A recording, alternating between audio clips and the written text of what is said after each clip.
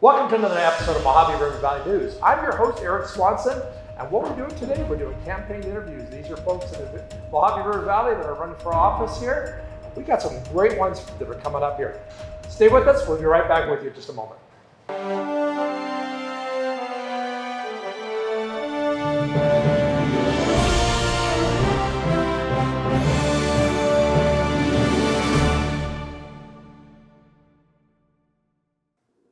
In a moment, we're going to be sitting down with Bob Harriman. Now, Bob is running for the Victorville City Council in area number 4. He currently sits on the Victorville Planning Commission, so it'll be interesting to see what he sees as the impact and what he thinks where Victorville's going the right way and the wrong way. And so it'll be very interesting having this conversation with him. And we'll be right back with you in a few moments here, and let's get a chance to see what Bob Harriman has to say. We'll be right back with you.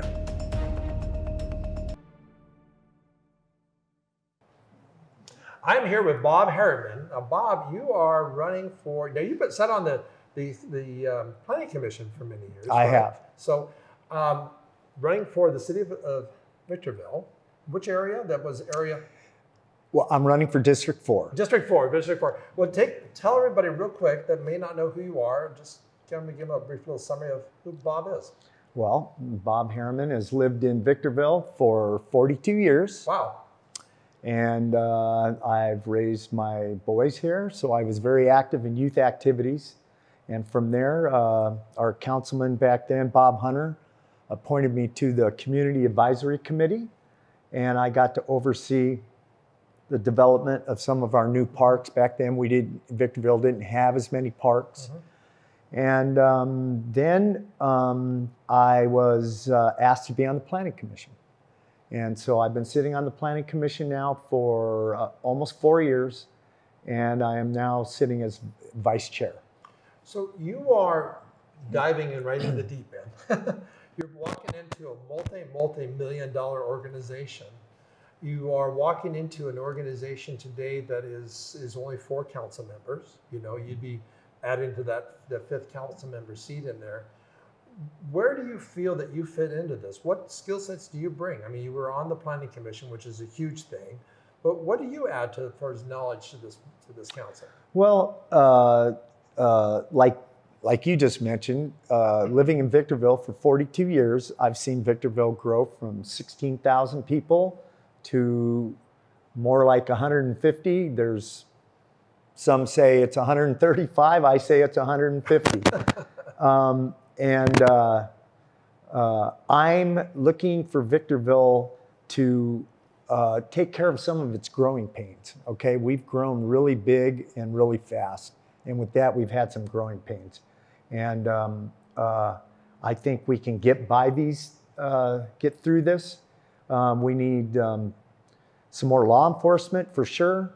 Well, you're walking into where Measure P is already starting to trigger. I mean, you're already going to be able to see that, because I think, are you guys close to 11 officers that you have now, and there's another 10 coming.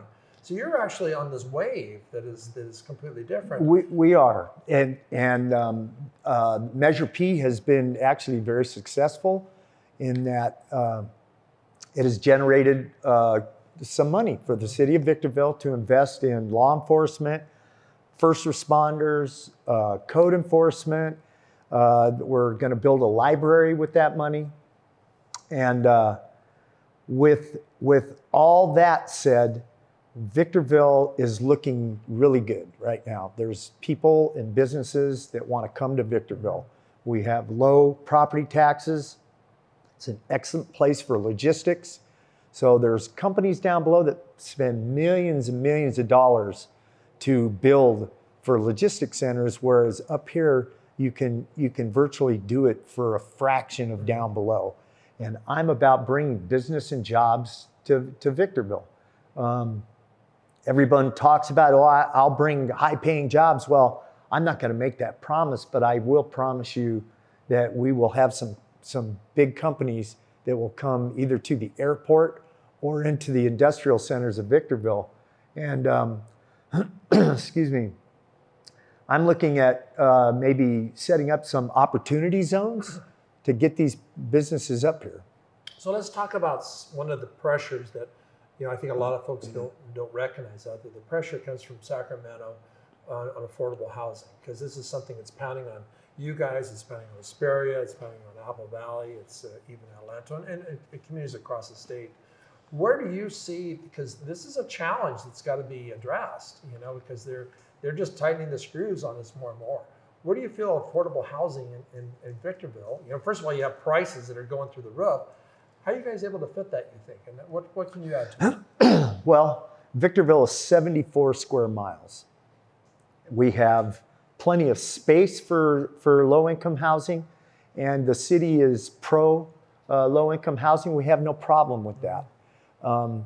We would like there's a lot of it happening down below, a lot of it. If you go down to Ontario, Claremont, those cities down there, and on top of that, everything up here costs less. So if somebody wants to buy a home down below, they're going to pay about maybe 2/3 up here.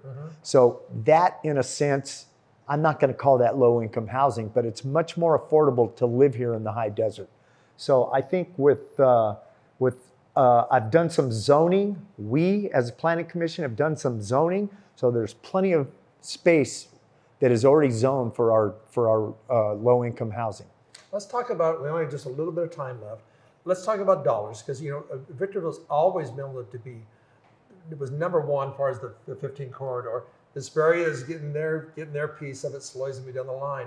So you have the 15 corridor, where you're able to get the transient dollars that are moving through, people driving through here. Absolutely. You have Highway 18 that shuttles in. You have Bear Valley Road that moves back into Phelan.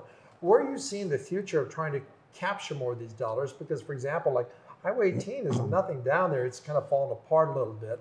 Where do you feel that the city needs to move on this? I believe Victorville, with the major arterials of Interstate 15 moving north, which will connect with Interstate 40 moving to the east, 395 also moving to the north. I didn't even bring up 395. We're a prime location for logistics. If the companies want to come up here, and I mean, for a good example, Amazon has now built a 1 million square foot facility at the airport. They'll employ quite a bit of jobs there, and we're looking to bring those kind of businesses to the high desert, and that's what I'm going to work on. Real quick, we only have a few seconds left. Throw your pitch out. Why should they vote for Bob? Because I'm going to make Victorville a great place to live, work, and play again.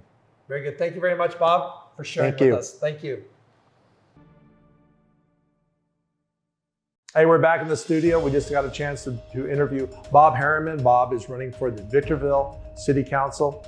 Also, without the partnership of the Greater High Desert Chamber of Commerce, Mark Breffield, and also Mojave River Valley News stepping up, these candidates would be tough to bring to you. Also, if you haven't had a chance to subscribe, please subscribe, ring the little bell, so when new videos come up, you'll get notified so you can see these great candidates. So, on behalf of the Chamber and Mojave River Valley News, we'll see you next time.